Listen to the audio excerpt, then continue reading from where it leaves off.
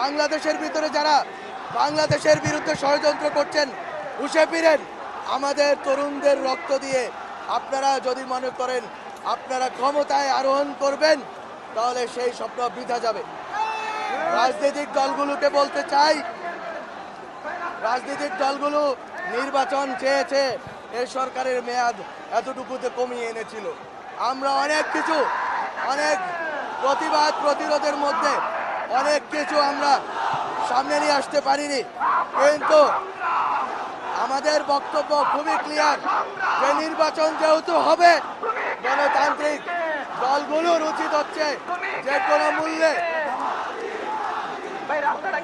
গণতান্ত্রিক দলগুলোর উচিত হচ্ছে যে কোনো মূল্যে এই আমাদের এই আন্দোলন, এই লড়াইকে গণতান্ত্রিক এবং নিয়মতান্ত্রিকভাবে লড়ার ক্ষেত্রে সহযোগিতা করা, ঐক্যবদ্ধ হওয়া এবং আমাদের মধ্যে থেকে যে কোনো ধরনের হঠকারী রাজনীতিকে দূর করা।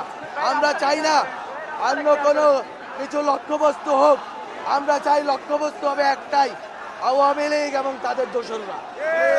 আওয়ামী লীগ এবং তাদের দোসরদের যদি তারা আমাদের থেকে আমাদের বাইকে কেড়ে নেয় তাহলে আমরা হুঁশিয়ারি দিতে চাই, আওয়ামী লীগ ও তাদের দোসরদেরকে হুঁশিয়ারি দিতে চাই, আমরা কিন্তু বসে থাকবো না। আমাদের ওসমান হাদির খুনিদেরকে ফেরত দিতে হবে।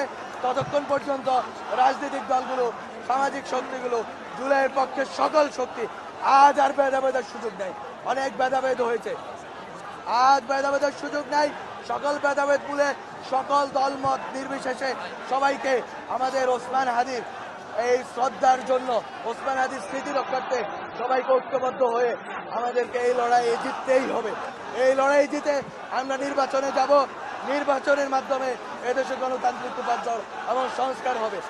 শহীদ শরীফ ওসমান হাদির গঠনমূলক রাজনীতির দিকে আমরা এগোবো।